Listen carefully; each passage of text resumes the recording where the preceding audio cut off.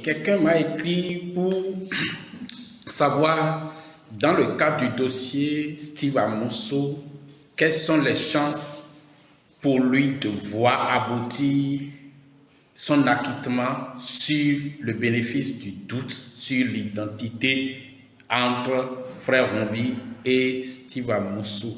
Je vais répondre au problème de la façon la plus simple possible. Et ça, c'est en droit. Le principe selon lequel le doute profite à l'accusé signifie que lorsque le juge n'a pas suffisamment d'éléments pour être sûr que les éléments constitutifs de l'infraction sont établis sur la personne devant lui, il relâche au bénéfice du doute. C'est la première application jurisprudentielle du principe pénal de bénéfice du doute. C'est-à-dire que le juge devant lui, avec les éléments du dossier, constate que les trois éléments constitutifs de l'infraction, que sont l'élément légal, le texte de loi qui a prévu cette infraction, l'élément matériel, la constitution, la commission des faits, et l'élément intentionnel, la volonté du délinquant de commettre l'infraction. Si le juge constate que ces éléments ne sont pas réunis avec certitude à la charge de l'accusé, il relâche au bénéfice du doute. Ce bénéfice du doute s'appelle le doute sur la culpabilité de la personne. La culpabilité de la personne signifie ici le doute sur le doute né de l'insuffisance de preuve que l'infraction est constituée à sa charge. Il y a le deuxième volet du bénéfice du doute, qui est le doute sur l'identité du délinquant poursuivi. Par exemple, lorsque le juge poursuit, on présente quelqu'un au juge, qui est la personne supposée avoir commis l'infraction. Si à la barre, les avocats de l'accusé ou l'accusé apportent des preuves suffisantes pour créer le doute dans l'esprit du juge, qu'il soit lui, la personne qu'on recherche, ce doute s'appelle le doute sur l'identité de la personne poursuivie. Et ce doute est péremptoire, c'est-à-dire ça oblige le juge à libérer la personne pour défaut de preuve que c'est la personne à poursuivre. Dans le cas de Steve Amousou, qu'on confond habituellement au frère Rumbi pour ses diatribes et ses chroniques sur des personnalités, sur le chef de l'État, sur d'autres personnes, le sieur Steve Amousou dit devant le procureur spécial qu'il n'est pas le frère Rumbi. Pourquoi sort-il cette information? Parce qu'il veut jeter l'argumentaire central de sa défense face aux charges qu'on va lui coller. La personne qui fait souvent les chroniques ajoute « votre frère Rumbi », mais ne dit jamais qui il est vraiment. Sur aucun un acte d'état civil, on ne verra frère Rumbi, frère Apollinaire. Moi, je m'appelle Apollinaire à Koutodi. Sur mon acte de naissance, c'est là. Personne ne verra sur un acte de naissance frère Rumbi, frère Apollinaire, frère Constant, frère Habib, frère ceci. Mais on voit nom et prénom de la personne avec sa filiation. Donc, la personne qu'on appelle frère Rumbi doit avoir une identité civilement établie.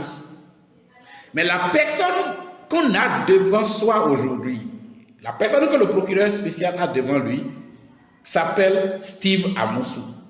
Quelles sont les chances pour le Steve Amousou de convaincre le juge du siège, pas le procureur spécial? Le procureur spécial est l'avocat de l'ordre public, l'avocat de la République pour prouver que telle personne est coupable. La décision revient au juge souverain de prendre la décision selon sa conviction, ce que nous appelons en droit son intime conviction. Quelles sont alors les chances de Steve Amousou de se tirer d'affaire pour qu'on le sépare du frère Rumbi, qui est la personne dont le nom est déposé sur les chroniques.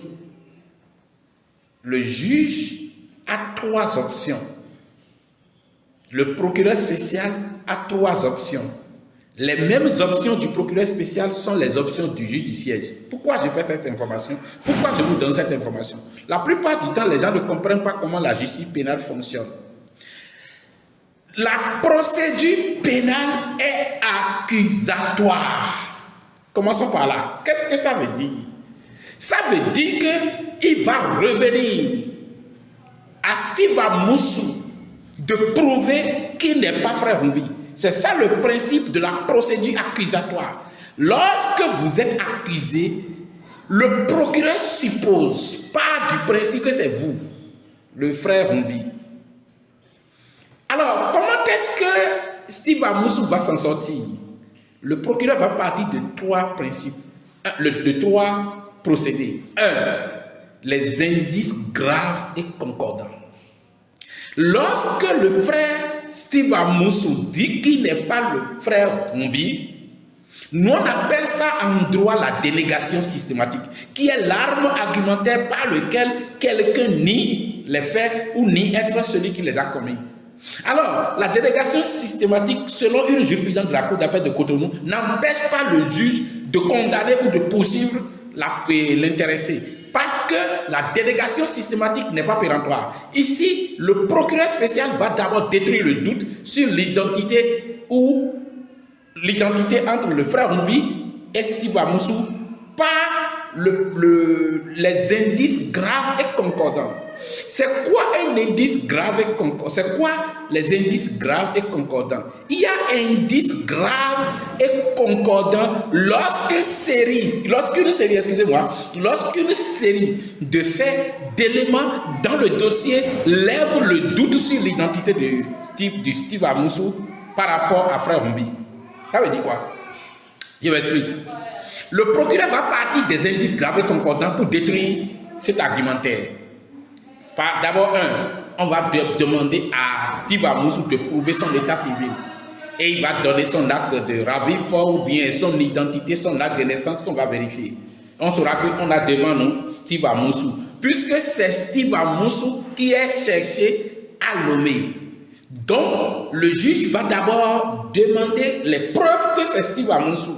Puisque les plaintes ou les enquêtes ont montré au ministère public que la personne qui fait cette chronique s'appelle Steve Amoussou, alias frère Rumbi.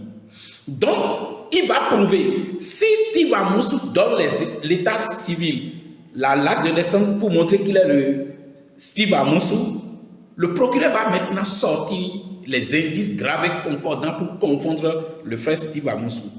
Comment il va le confondre? 1. Quelqu'un dit, le PDG et Martin Rodriguez est le premier à annoncer son arrestation, que c'est lui, le frère Rumbi, qu'on l'a arrêté. Alors, quelle est la crédibilité de cet indice relatif aux déclarations de Rodriguez? Il est un opposant qui a souvent attaqué le régime. Donc, il n'a pas intérêt à mentir pour servir le régime ou la justice sous talon. Donc, on croit à 99% que quelqu'un comme Rodriguez connaît Steve Amoussou comme frère Rumbi. Et on va partir de là maintenant pour aller dans le portable de Steve Amoussou.